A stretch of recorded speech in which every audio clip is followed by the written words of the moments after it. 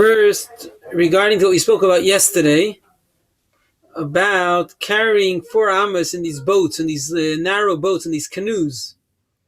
So in the Gemara, I can't hear you. In the Gemara, it seemed that the conclusion was that the canoes are not a problem because we drag down the mechitzas down to the floor and the fish don't block anything, so everything's fine. But the Alter Rebbe in Shulchan Aruch says no. What Abaye is saying is dichuya ba'alma. He's just trying to say you can't prove it. But he doesn't really hold what he's saying. Why? There's a different issue with this boat. The issue is that whenever you have a mechitza tluya, whenever you have a wall which is hanging, which is not on the ground or not connected to the ground, then it must be made for the sake of making a mechitza. It has to be what we call mechitza lahatir. When you make this porch with the hole and the walls, the hanging walls to draw the water, you have to make those walls specifically to draw the water. If those walls happen to be there before, it won't help. That's the halacha we see elsewhere. And therefore the same thing over here, the boats, although we do say good achis, we usually say we pull down the mechitzis, but not when it's totally detached, not like by that basket on the bamboo, which is still has a bamboo all the way down to the floor. Here it's totally on the water. It's not in the bed of the sea, and therefore we don't say mechitzas. Only by mayim. Usually we would say it by water, but only if it was made particularly in order to make a mechitza, which the boats were not, and therefore you cannot carry 4 amos on these narrow boats, which are not a reshus hayochid on their own right. That's what Alter Rebbe says. Fine. Out in the Mishnah, 2 boats that were tied together that you're allowed to carry from one to the other. Now, the Gemara says that's obvious. Why is that obvious? So there's different explanations. Either the Gemara assumed that we're talking about 2 boats belonging to one person. If you have 2 boats belonging to one person and he tied them together, they're right next to each other, then obviously you can carry from one to the other. Why not? It's all my house. It's all my reshus hayochid. It's close together. It's not going to separate because it's tied together with ropes. Why shouldn't they carry from one to the other? Okay, let's see. Sfinos keshuros. If I have boats, it's around Kuf Aleph Amud Beis, the 3rd line by the 2 dots. Sfinos keshuros, 2 boats which are tied. Pshita, it is obvious that you're allowed to carry from one to the other, because we assumed we're talking about that they both belong to one person. If you have a small boat, like a canoe, Rashi says, like the butzina, bitzisa the meishon. If you have those small boats in between these 2 large boats, and those 2 large boats are tied together, and they basically trap the small boat in between them, it's not tied, but it's trapped, it's not going anywhere. So I would think you're not allowed to carry to the small boat because it's not tied. So the Mishnah says, no, if you have the 2 boats tied, the 3rd small boat automatically joins along. Amalei Rav Safra, says Rav Safra to Rav Moshe, you are our Moshe. You are our Rebbe, but I just don't understand what you're saying. Shapir ka'amris, is what you're saying right? I don't understand what you're saying. Mitaltalin mizu l'zutna. Look at the Mishnah. If I tie 2 boats together, I can carry from boat A to boat B. And you're telling me we're talking about boat C. The Mishnah didn't say boat C, it said boat A and boat B. And you're telling me from boat A to boat B, we know that it's okay. But the Mishnah says no. The Mishnah is telling us a chiddush. You're allowed to carry from boat A to boat B. So your answer doesn't fit. Ela Amar Rav Safra. Okay, I know you're the Moshe, but I just can't agree with your explanation in the Mishnah. So I have to give another explanation. Ella Amar Rav Safra le'nitzrcha, all we need it is ela la'arev u'letaltil mizu lezu. If it belongs to two people, and they made an Eruv Chatzeris, as you're supposed to do whenever you have two properties belonging to two people, you have to make an Eruv Chatzeris. So they made an Eruv Chatzeris. But I would think, what's Eruv Chatzeris? I have my house, you have your house. We put challah or matzah together, and now we're one property. The property is steady, it stays in one place. And therefore, what we decided in the beginning of Shabbos makes it one property for the whole Shabbos. But here I have floating boats. They're not in the same place they were in the beginning. So the fact that we decided to join our property together, but it's not the same place. If it's not the same place, then it shouldn't count. So I would think you cannot make a Eruv Chatzeros on two boats. Comes our Mishnah and says you could. Not only that, not only could you make a Eruv Chatzeros, the Braisa says even more. Ukadetani, we learned in a Braisa. Sfinois kshurois zubazu.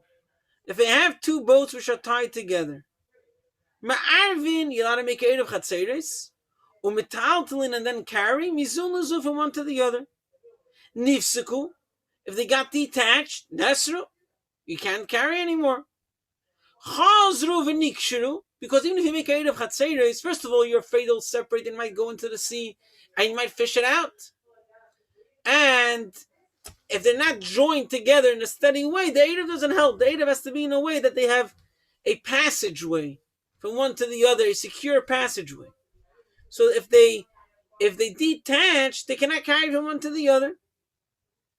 Chazru v'nikshiru, if they were tied again on Shabbos, bein shogigin ubein mezidin, whether it was by accident, whether it was, in other words, they forgot that it was Shabbos, or they forgot that it's not allowed, or they did it purposely, knowing that it's Shabbos, knowing that it's not allowed. Bein anusin, what would anusin mean? Rashi doesn't give an example for anusim. Anusim, I'm not sure what it would be in this scenario. Usually, anusim means that you can't even blame him for that. It's like but how could you? What could happen over here? How could there be anusim? He was forced. Yeah, but how are they forced to? Gun at his head, whatever. Someone threatened to put it together. Yeah, okay. Which is the chayra obvious. If shoygigim is okay, but zanusim definitely will be okay. Okay. Bein mutim, when it was totally by accident, which means they were busy with something else on the side, and somehow, like, he got pulled on their, on their kapata, and they were like bending down, and somehow it got tied together without even them realizing that they did it, which that makes it totally not a problem. That's called misasek. I didn't bichlal intend to do anything like that, and therefore that's how it happened. Whatever happened, chazru le'teira merishin, they could carry again on Shabbos. Now it sounds very strange. He did it on purpose and he can carry afterwards on Shabbos. Okay, we'll talk about that. V'chein, another example. Machzoles haprusis. People were traveling and then they camped, and they made walls around them, a bunch of small walls, in order to rest on Shabbos. But it's a bunch of like small huts, makeshift huts. Ma'arvin, they can make an Eruv Chatzeros before Shabbos. Umetaltalin mizu lezu, you can carry from one hut to another, if they made an Eruv Chatzeros, because they have also a wall around all these huts together. Niglulu, if these mats which joined them together and made it a Reshus HaYochid were rolled up, Nesru, you can't carry anymore. Chazru v'nifreshu, if they put back those mats, bein shogigim, bein mezidin, bein anusim, bein mutin, chazru le'teira narishin, you're allowed to carry again. Shekol mechitza shenasesa b'Shabbos, any wall which is put up on Shabbos, bein b'shogig, bein b'mezid, shema mechitza is called a mechitza. Says the Gemara, Eini, is it so? V'amar Rav Nachman lo'ishanu l'lizrik, aval etal teloser. When it says in the Bryce, and this rule is brought on elsewhere as well, that every wall that was made on Shabbos is called a wall. Says Rav Nachman, not to help you. There's a din min Torah that if you have a Reshus HaYachid and you put something in there from Reshus HaRabim, you're chayiv. For that, it doesn't matter if it was made on Shabbos or before. But if you made a wall on Shabbos, you're not allowed to carry in that wall. It's just that you're not allowed to carry from the street into that wall. It's called the Reshus. Not only you're not allowed to, you're chayiv chatos, which means midei raisa. It's called the Reshus HaYachid, but Chachamim don't let you carry there. That's what Rav Nachman said. So Rav Nachman says that a wall that was made on Shabbos, you're not allowed to carry in it. Only lizrei. That's the term Chachamim use for putting something into the Reshus HaYachid from Reshus HaRabim. And the taltel is a term they use to carry within, to allow you to carry within Reshus HaRabim, it's Reshus HaYachid itself. So you're not allowed to carry in it. And this Brisa said you're allowed to. How does this work? Says the Gemara, Ki itmar Rav Nachman amazid itmar. Rav Nachman was saying that if it was done purposely on Shabbos, you cannot use it on Shabbos. But if it was done by accident on Shabbos, then you're allowed to use it on Shabbos. Because the Chacham were geyser. You did an Aveda, you can't use the Aveda you did. So basically you have to make like a comma in this Brisa. When it says Chazru v'nikshiru ben shegigim ben mezidim ben anusim ben mutin Chazru l'teira marishin, really Chazru l'teira marishin is only referring to shegigim anusim and mutim. And when it says mezidin, it doesn't mean that then you're allowed to carry. It's only there to tell you that the rule we said at the end of the Brisa, that a mechitza that was made on Shabbos is called a mechitza, applies to mezid as well, but not to help you. 1 second. Okay.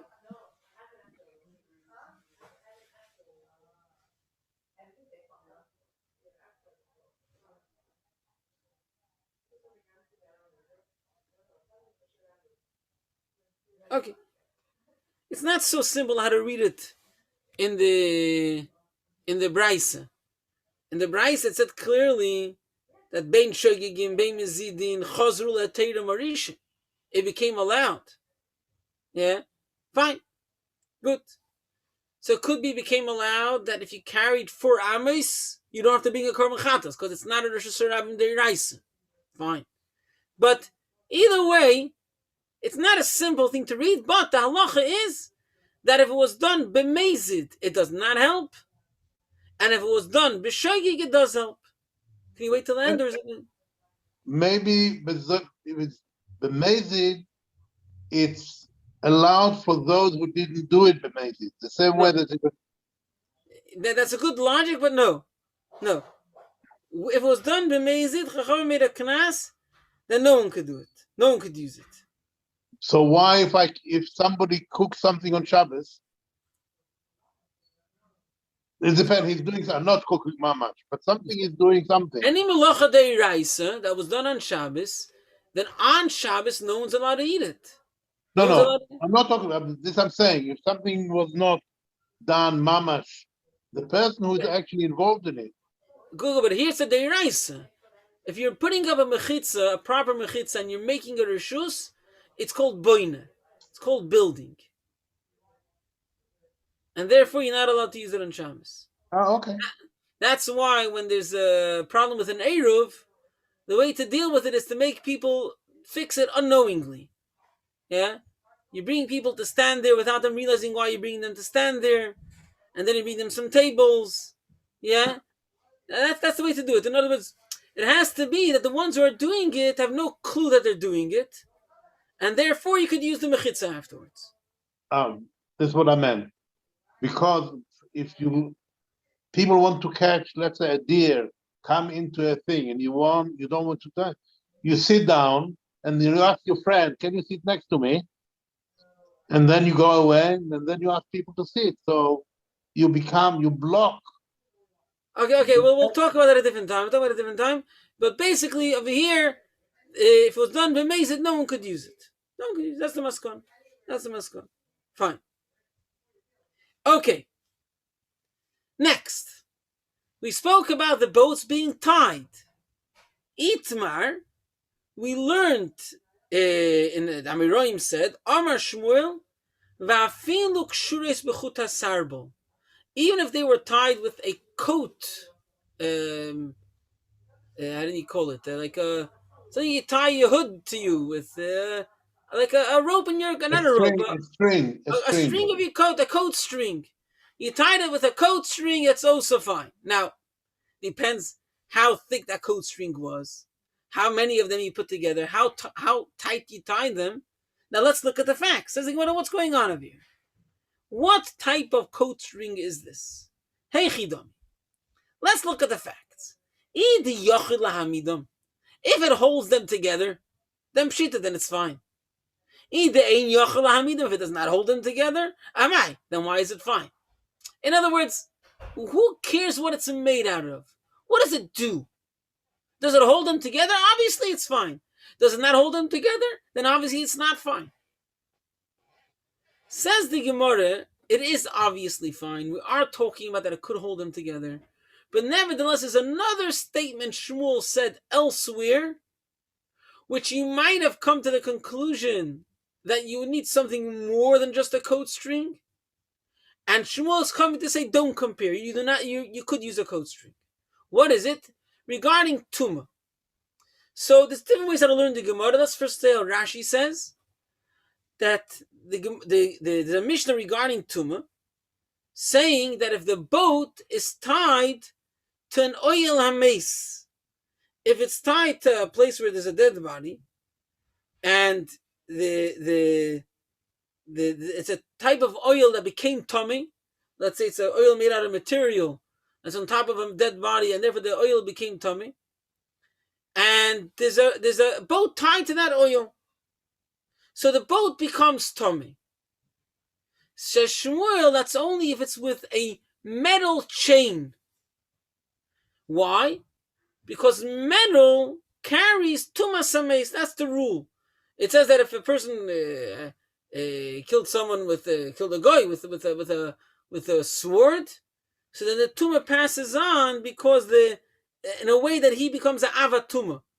The sword, the metal which touched the mace, becomes like the mace itself, and therefore the one touching it is like he touched the dead body. It says b'chalal cherev, someone who was killed by a sword. So from that we learn that a sword and the one who was killed are equal. They have the same level of tumah. So therefore the metal chain passes the tumah to the boat. So someone who learns that statement of Shmuel might think that why is he saying that it has to be a metal chain in order that it should be tied very firmly. And then he might think that by Shabbos as well, it has to be tied very firmly with a metal chain. That's what he might think. Says Shmuel, no. I said to you that only a metal chain passes it on because a metal is metal. There's a special halacha by metal. However, by Shabbos, the point is the fact that it's strongly tied together. I don't care what you tie it with, as long as it's strongly tied together. That's Rashi's way of learning the Gemara. Let's see inside the Gemara. Says the Gemara, La'ulam, really, the Yochel Hamidam. Really, we're talking about that it does hold the boats together. Ushmuel apuke midinafshe ka'osi. Shmuel is coming to exclude, to contradict, in order in other words, to tell you not to learn from something he himself said elsewhere.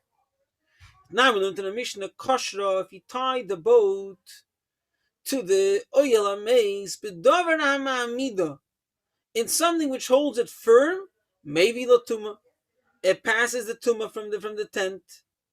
B'dover she'ein ma'amida, it's something which does not hold it firm, ein maybe the tumah, does not pass the tumah. V'amar Shmuel says, what does it mean holding it firm? V'ushekshura v'shal shela shel barzel. Only if it's called with if it's with an iron chain, only then it's considered tight. Now you might think Shmuel holds that the only way you could tie a boat is with an iron chain, and therefore here also it has to be tied with an iron chain. Says the Gemara, no. Says Shmuel, like explaining what Shmuel said, no. Linyan tumu dichsiv b'chalal cherev. By tumah it says that b'chalal cherev, if someone touched one who was killed by a sword, And from that we learn the sword touching the dead body has the same status as the dead body itself. So there must be metal. It must be an iron chain or a metal chain. Avalinian Shabbos, but regarding Shabbos, it has nothing to do with metal. Cave on the Yachala Hamida, since it's able to hold it. I don't care what holds it. I feel b'chuta sarbel, even if it's a coat string, as long as it holds the boat, it does the job. Then it's fine. So what did the Gemara say over here?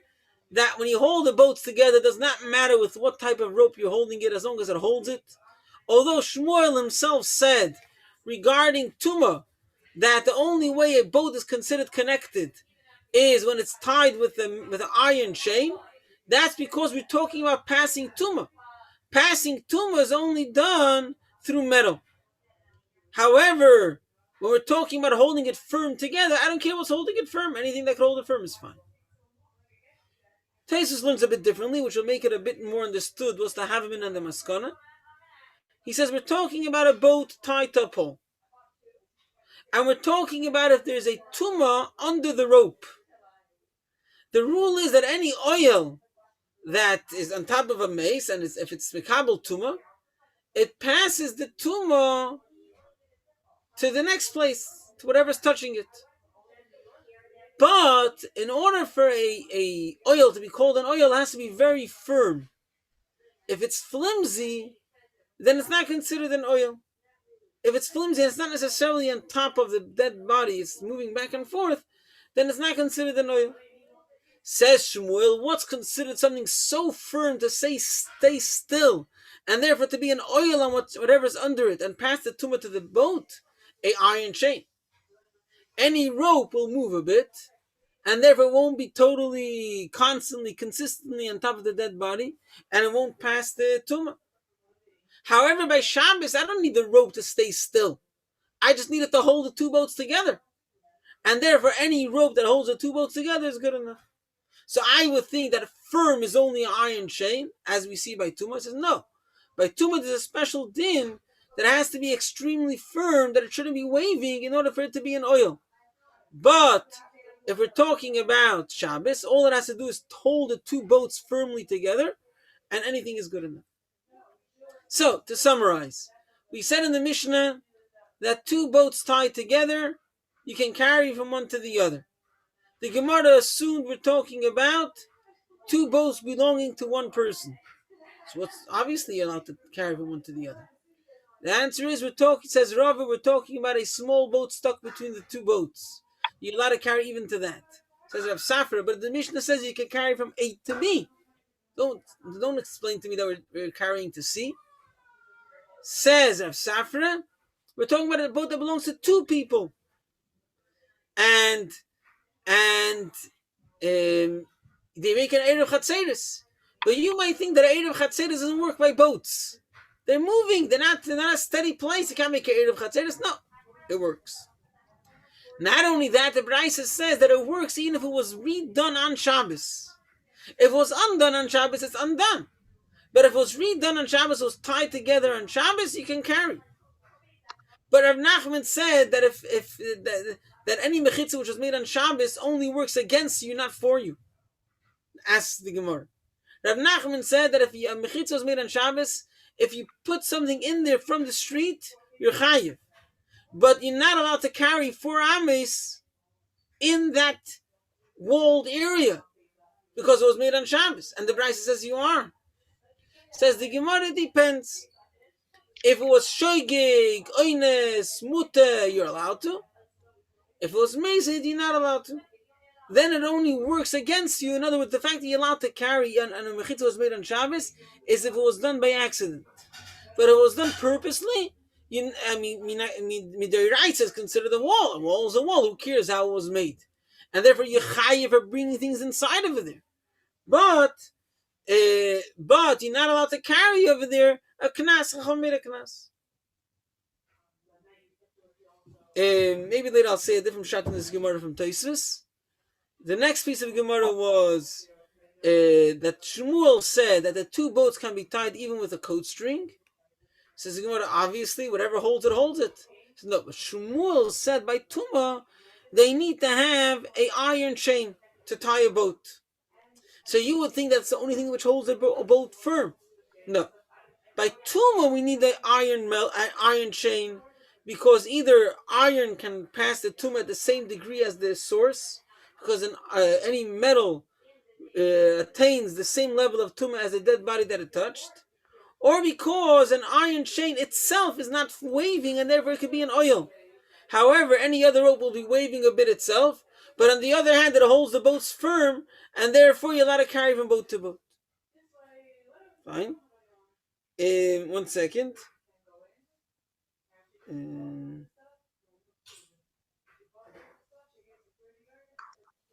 Yeah. Tosfos has an explanation in this brisa regarding the fact that it says bein mezidin, and it sounds like you're allowed to carry even if it was done b'mezid. So he says like this: by boats that were tied together, midiraisa the ara reshus hayachid to begin with. Only midirabanan you need them to be tied together and to have an eruv. So there chacham were not goizer. There, if they were tied together, even b'mezid, you're allowed to carry. The same applies to the mats that were brought in the Gemara. We're not talking about a mat which formed the Reshus HaYachid.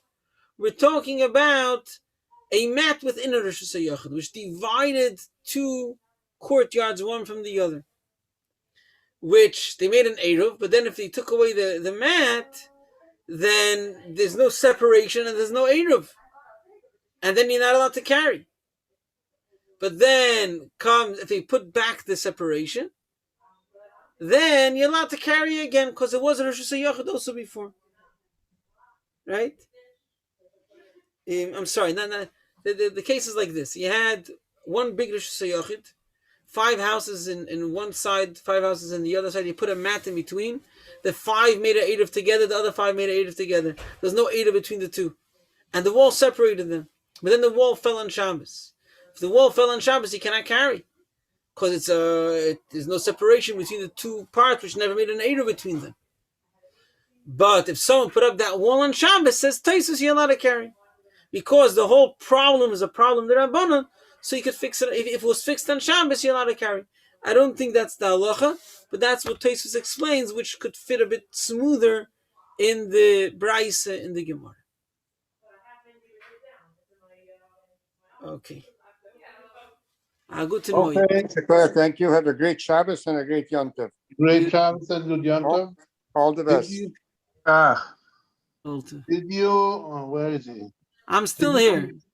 Did you meet any of the people I mentioned? Yeah. I send them regards. And did they say, oh, him? Or... What did they say? No, I just wonder whether like, oh, not him again or something. Nah. Maybe I can ask you, maybe I could also ask some of that matzah. Because basically, my father's also... I didn't stop the recording, I'm sorry.